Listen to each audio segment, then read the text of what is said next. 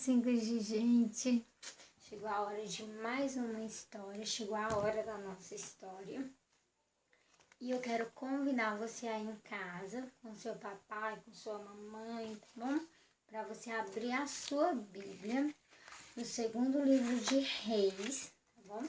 Segundo livro de Reis, capítulo 5 e o verso 3, tá bom?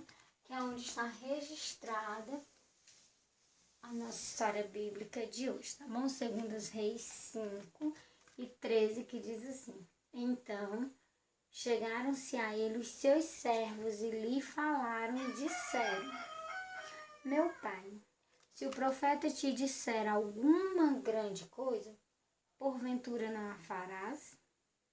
Quanto mais dizendo-te ele, lava-te e ficará purificado.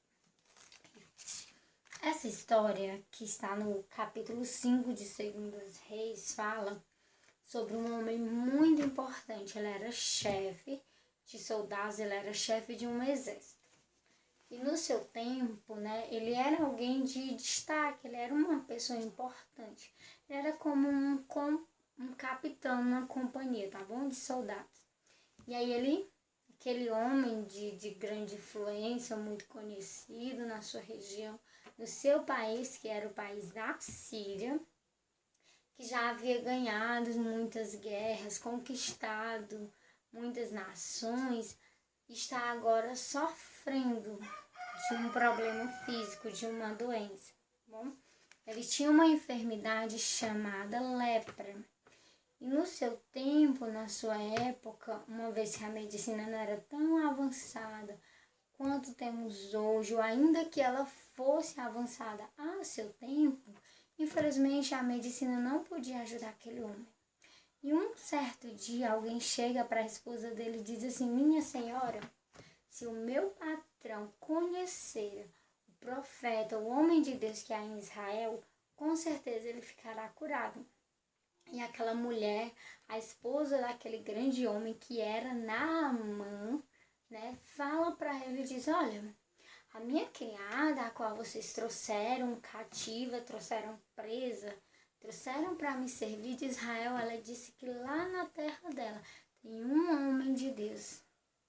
E que através desse homem você pode ser curado. Então, Naamã vai chegar para o rei dele e vai pedir cartas, vai pedir autorização para ir até Israel. O seu rei o autoriza e assim eles vão. Quando ele chega lá, que ele procura o grande homem de Deus, olha só o que o homem do Senhor vai dizer.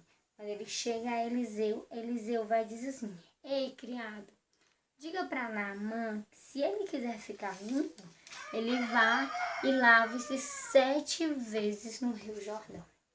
Vocês não sabem. Quando Naamã escutou esse recado, não foi nem Eliseu que veio falar com ele.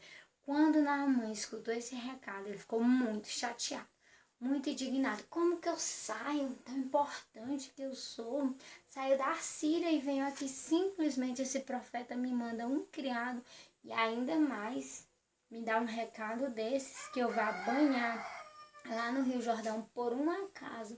Na minha terra não há rios mais importantes e mais limpos do que esse. E aí nós chegamos com o desenrolar da história na parte a qual eu li, quando os servos de Naamã diziam assim: Olha, se o profeta tivesse te pedido uma coisa bem mais difícil, você não faria? Quanto mais Naamã apenas tomar um banho, não, apenas tomar 7 banhos no Rio Jordão.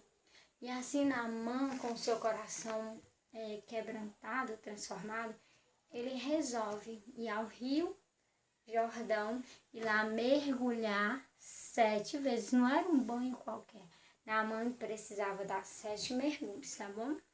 E aí, assim a história acontece, ó. Naamã possuía uma doença chamada lepra.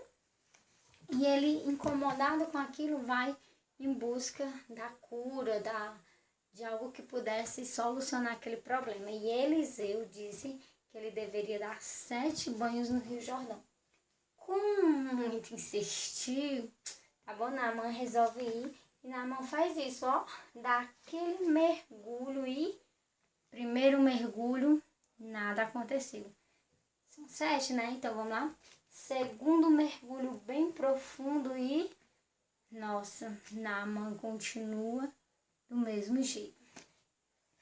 Terceiro mergulho e Naamã volta. Todo encharcado. Quarto mergulho. Mais uma vez, vamos lá. Quinto mergulho e nada. Estamos no quinto. E eram quantos? Eram 7 mergulhos. Então vamos para o sexto mergulho e Naamã continua com a sua pele dominada pela lepra, tomada pela lepra. Talvez Naamã nesse momento quisesse desistir. Talvez Naamã tenha dito, não valeu a pena vir aqui de tão longe. Ainda mais eu vi aquela criança. Mas alguém voltou para Naamã e disse assim, ei, lembra que o Senhor havia dito que ainda que fosse algo difícil faria? Então vamos tentar mais uma vez, afinal falta o último mergulho. Então Naamã, por obediência, por ter resolvido aceitar o conselho do profeta de Deus, deu seu último mergulho no Rio Jordão. Quando Naamã retorna, a sua pele está limpa, como a pele de um bebê. E Naamã volta aquele homem de Deus para agradecer pelo milagre o qual Deus havia operado na vida dele por meio de Eliseu. Então, crianças, muitas das vezes nós vamos precisar disso aqui. Naamã quis desistir diante de um problema, mas ele escolheu o caminho da obediência. Ele preferiu obedecer à voz de Deus por meio do profeta Eliseu. Então, olha, eu não sei o que você tem ouvido, mas vale a pena nós ouvirmos a voz do Senhor, nós obedecermos a sua voz. Então, que o grande mergulho, o grande milagre que Naamã vivenciou, nós possamos aí ao longo dos nossos dias vivenciarmos, que continuemos ouvindo e obedecendo a voz de Deus e a voz dos seus homens, dos seus profetas aqui nessa terra, tá bom? Então, um grande beijo, até a próxima história, próxima segunda-feira, se assim Deus nos permitir.